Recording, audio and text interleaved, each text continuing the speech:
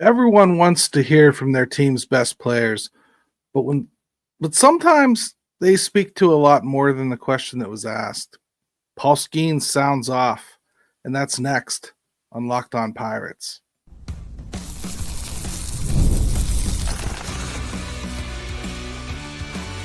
You are Locked On Pirates, your daily Pittsburgh Pirates podcast, part of the Locked On Podcast Network, your team every day. Thanks for making Locked On Pirates your first listen every day, part of the Locked On Podcast Network, your team every day. Today's episode is brought to you by FanDuel. Right now, new customers get $200 in bonus bets when your first $5 bet wins. Today, we're going to start out with Paul Skenes. Paul Skenes put the city on his back when asked about how he felt about being the face of the franchise. It's a great piece by Alex Stump on MLB.com. There's even more from the big fella there if you want to go look at it. Let's read his quote. It really struck me. I think we owe something to the city. We owe a lot to the city. It's our job to go out and win for the city because this is bigger than all of us. There's a reason why Kutch keeps coming back, and specifically to Pittsburgh. There's something about this city. We saw it last summer. We've seen it in the videos of the wild card game. I'm tired of watching them because it was a wild card series. The bar needs to be set pretty high. Not taking anything away from those guys, the fact that that's a golden era of recent Pirates baseball, that needs to change. We owe it to the city. Wow. Folks, this guy is not just one of the most talented 1-1 selections in recent history. He just plain gets what is expected of him because he expects it from himself. If the Pirates can't win with Paul, they simply can't win. That's really what this boils down to. This is the best player that they've had in this city since Barry Bonds. They have him for a definitive amount of time unless they do something extra special to keep him. Before we get into that, let's talk about what it's like to have a player honestly just kind of say exactly what the fans have been saying for a while. It is sad that a brief period of playoff inclusion, and that's really all it was because they didn't get anywhere. A brief period of playoff inclusion a decade ago is seen as some kind of a winning period of time, a time we look back on fondly and pine for even. They never got over the hump. They never even got close to getting to the top of the hump. It is sad. Paul recognizes it. I'm glad. And he's probably had quite a few conversations with Kutch, who he referenced in there, to come to that opinion.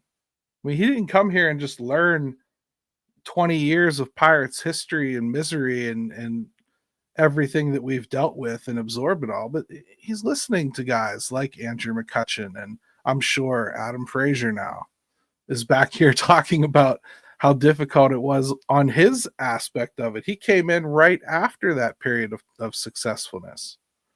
So there's got to be like a lot of voices in his head, and some people like Brian Reynolds who came on at the tail end of that and have been ever since part of the crew that was supposed to bring us back to that supposed promised land that Paul Skenes just called out as not all that great. I'm glad he said it. I'm glad somebody said it.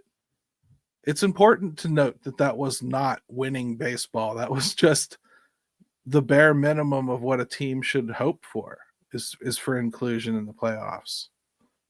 It wasn't enough. It needs to be more. I wonder if Paul thinks that they have the ingredients in the room to do what he's talking about, though. I'm sure if you asked him, he'd say yes. But if you went back to the 60s and somebody dropped some LSD into him and said, like, hey, I just want the truth, man. Do you think this team has those ingredients to pull off what you just talked about? I'd have to imagine he thinks no. And It's really hard as a Pirates fan to sit here and think that they're going to build a team that's going to make me feel like they're going to win the World Series. I'm not sure under the current system I'm ever going to see a Pirates team that makes me feel like they could go toe to toe with the Dodgers. I think I'll always think the Dodgers, at least as they're currently spending different, are going to be on paper a better bet. I'm always going to think like teams like the Yankees are a better bet. Those rosters are chock full of guys that probably won't see the field much, but could probably start in Pittsburgh, as evidenced by Isaiah Kiner-Falefa starting the season as our shortstop, most likely. It's difficult to hear a player like that who's only on his second year kind of having to pick up that mantle. We've heard other guys talk like this a little bit. We've heard Termar Johnson talked about wanting to be part of the reason that this team won again. Henry Davis has said it, but Henry Davis, unfortunately, has not been able to back it up with action. We'll get to Henry Davis in the second segment. It's not great that it had to get to Paul Skenes before somebody started talking like that. I would have liked to have heard more things like that from Brian Hayes and Brian Reynolds along the way. They're traditionally more quiet in the room. Paul is not. So, maybe this is more of what we can start to expect. Maybe that last golden era that we just said wasn't all that golden was spawned in large part because guys like Andrew McCutchen decided they were going to help push management. And obviously they did it in the right way because his relationship with Bob Nutting is the only reason Kutch keeps coming back here. I mean, he's taking less money than he could probably get on the open market. And I mean, that said, Alex Verdugo just got like $1.5 million. Maybe I shouldn't say that so flippantly, but it feels like $5 million is probably an underpay for a guy that hit 20 home runs last year. Either way, that's not something Kutch is going to say. Kutch isn't going to come in and act like the era that he dominated wasn't good enough. But it wasn't. That's not the goal in baseball. The goal in baseball is to win it all. And if you don't have that vision, I don't think you're ever going to reach it. Early on in Paul's career, that's the kind of vision he's laying out. That's what he's comfortable putting out there. And he's saying this, being interviewed like a couple days after finding out like a very talented pitcher that has kind of been side by side with him through this process, Jared Jones, is probably not going to be part of that picture for quite some time. More news on that, maybe even by the time this episode drops. But that stuff is certainly stuff that he just ignored. Because overall, the goal to Paul Skenes is to get this team to the top of the mountain, to win for this city. I love it. I love how many times he referenced owing the city. I wonder if that's a little bit of a backhanded comment at ownership, because these are things that ownership should be saying.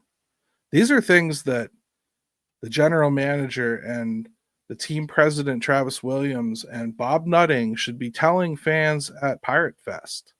This isn't stuff that your superstar pitcher in his second year of professional baseball should be dropping at the end of spring training right before a season after a very disappointing offseason where you didn't do a lot and reports start coming out that you may not be making any money. This is stuff I want to hear from the team above Paul Skenes. Somebody's got to lead it, though. And I mean, I'll take Air Force guy if that's the way it's got to be.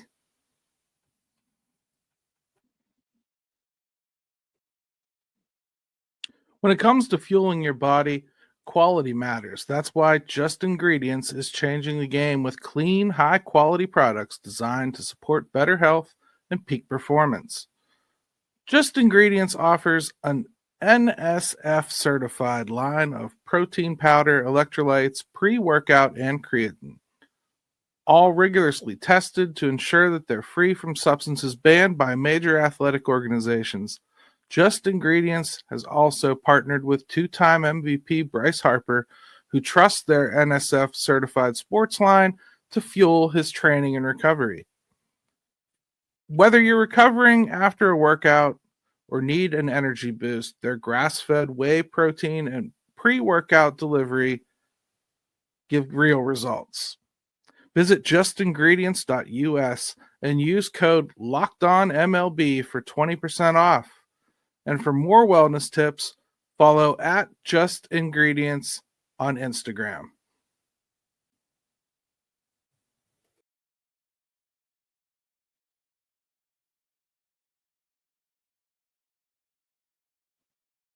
All right, welcome back to Locked On Pirates. Thank you for joining me. My name's Gary Morgan again. I know I introduced myself in the last episode.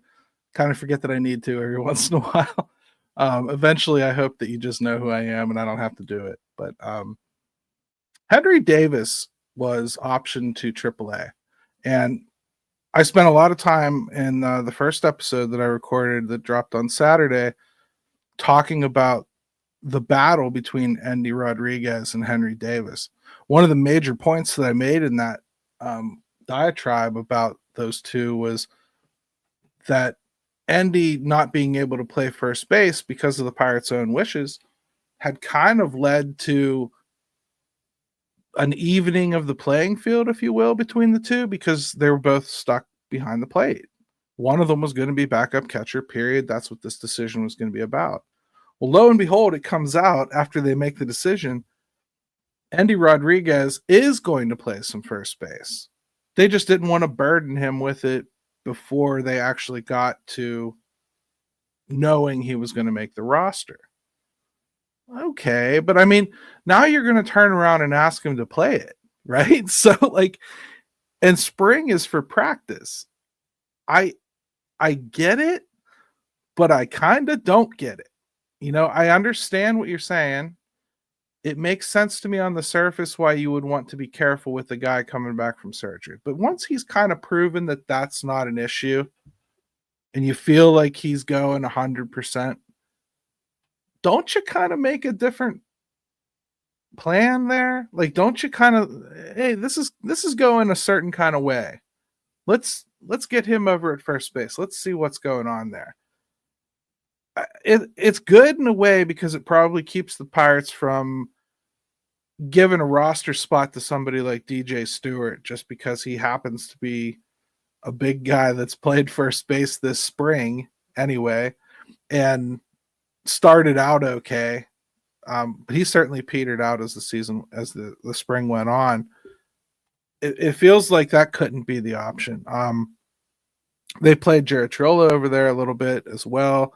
So you kind of have those two looking like the guys that are going to man that position. They moved Jack Sawinski there late in the contest on Sunday against Toronto and moved Jarrett Trollo out to center field. I mean, it's weird time to start doing experiments now, right? I mean, we have the spring training is almost over. Now we're going to start playing games. Now we're going to start seeing what guys can do in certain places, right?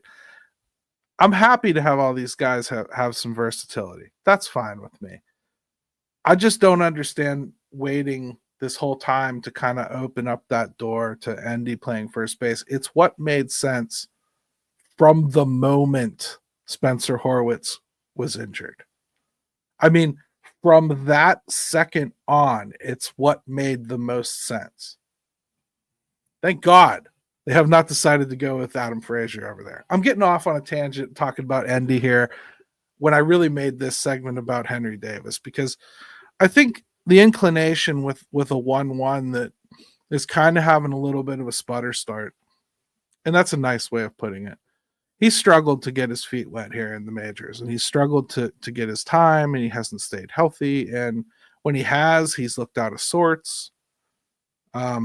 Spring started out great for him, and then he really fell off towards the end of spring. Maybe started smelling a little bit of the wind of what was coming here with Endy. Something changed in the demeanor. It was definitely different the last week or so. This does not make Henry Davis a bust. Here's why. Okay. Henry Davis is a kid still. I mean, yeah, he's 25 years old.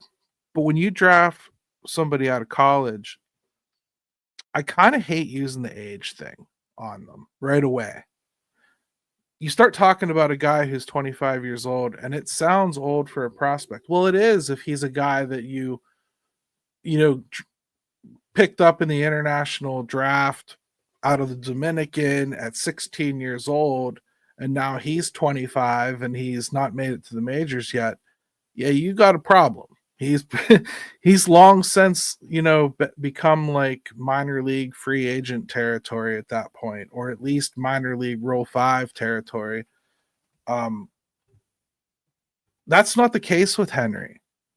He has a little bit of time left, and catchers do take some time.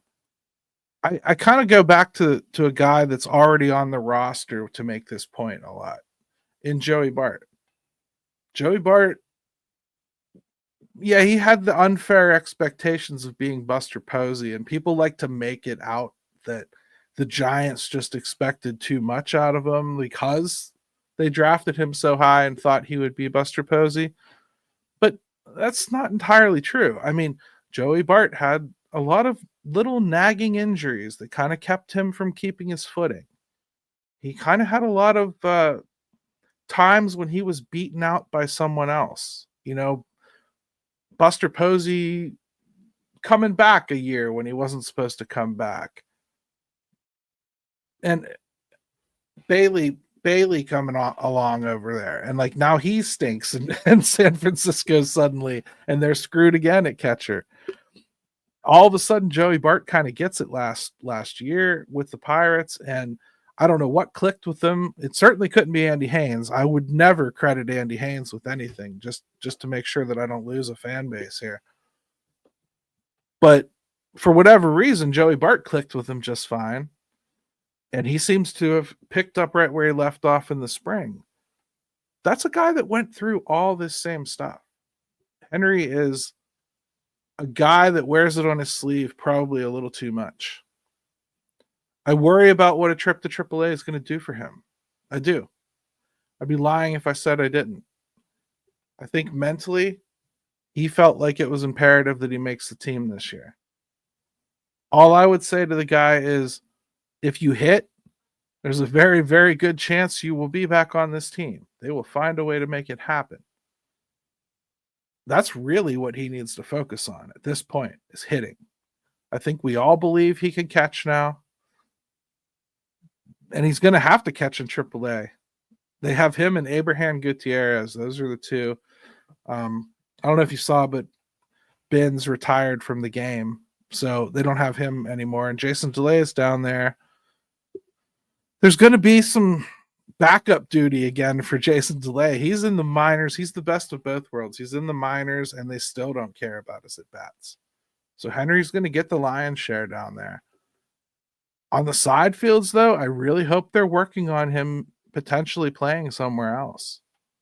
I don't know that we want the PTSD of seeing him in the outfield again, but you might want to embrace it, because there's a good chance that at least for the next couple years here, while Joey Bart's under arbitration, if they don't extend him, and Andy Rodriguez is here, and then let's take the fortuitous leap that Spencer Horwitz works out.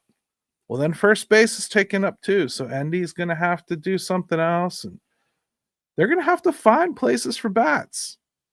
Boy, that would be a great thing to happen here.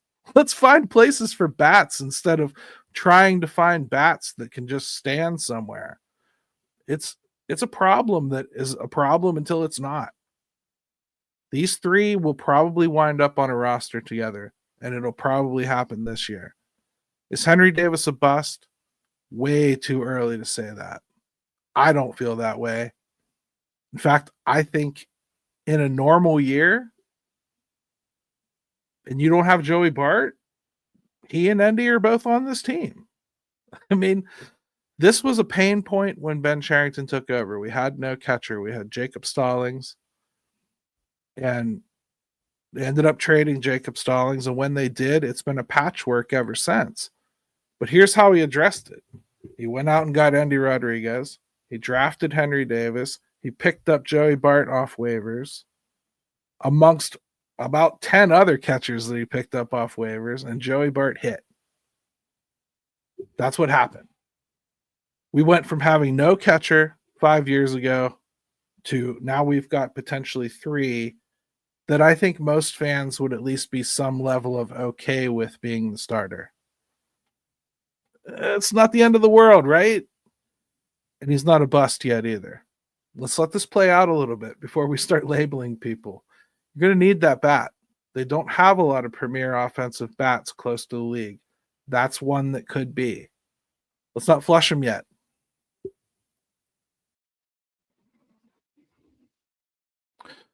March Madness is here, and FanDuel is giving you a chance to get in on the action like never before. Right now, new customers get $200 in bonus bets when your first $5 bet wins. That's 200 extra bucks to use on everything from buzzer beaters to Cinderella stories, and even who's cutting down the nets. With tournament games happening almost every day, there's always something exciting to bet on. You never know who's going to win. Look how close Bobby Moe came the other night. I mean, if that didn't get you excited, I don't know what will. So visit FanDuel.com and get in on the college hoops action all tournament long.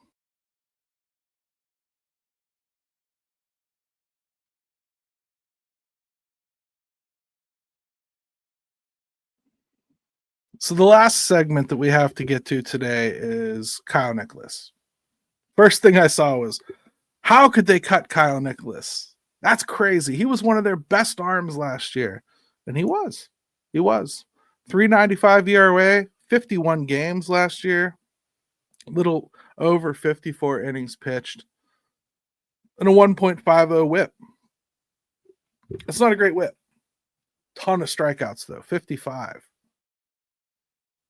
Kyle Nicholas has a bright future, and it does not mean that he is dead to the Pirates because he got sent to AAA. This was an options game. Kyle Nicholas has them, and they executed them. You use those when you're in a situation like this so that you can keep some of that extra depth that you've brought in. There's guys that you're going to lose that you signed to minor league deals that have opt-outs, like Ryan Barucki is one of them. Hunter Stratton's a guy that came back here on an NRI for the second straight year and pitched his way onto the team after a devastating knee injury last year. And he's really looked good, and he's going to be a great addition to the bullpen as well. He's a lot more consistent than Kyle. That's really where the poop is with Kyle. Kyle has control issues. He has incredible stuff. Arguably the best stuff in the entire bullpen. It's sick. He's going to strike out a ton of guys. He's also going to walk a ton of guys. And that's exactly what he did this spring. He walked as many guys as he struck out. The strength of competition is another thing that I've heard brought up from my buddy Josh Booth over at Bridge to Bucktober podcast. He brought that up to me over the weekend, and it's an interesting side of it too. He hasn't faced a lot of tough competition this spring. That doesn't entirely always matter because to a degree you can't control it. But in that weaker competition, he's walked a lot of guys. I mean, like, you really want him to be using that stuff effectively in the zone. You want him attacking in the zone with that stuff. That's how you're successful when you have that kind of crazy stuff. He would not be the first successful, effectively wild pitcher. There's been a lot of them through the years. But at least for right now, it's not unreasonable for the Pirates to think that he has options. Let's send him down to AAA. Tell him to work on this control a little bit. I think that's an entirely reasonable thing to want him to do. If you're going to want to use him in the back end, which you would, he's got back end stuff. If you want to use him in the back end, well, you can't have a guy in the back end that's walking 2-3 guys here and there. Listen, we all remember Paul Skenes' debut against the Cubs at home, right? His home debut. And Paul Skenes had a start. The heavens opened, it rained. Kyle Nicholas is in there, and he walks the bases loaded and keeps walking guys. And then the next guy walked guys. That's not what Kyle did last year. He was so good last year that most people don't think about that one outing when they think about Kyle Nicholas. And this is a market that will hold on to something bad you've done. Like Gregory Polanco looking like a newborn giraffe in the outfield and missing a pop fly. They don't let you live those down. Well, Kyle has lived it down because Kyle was that good. I expect him to be again. I expect him to contribute mightily this year. I could see him even getting a call 2 weeks from now.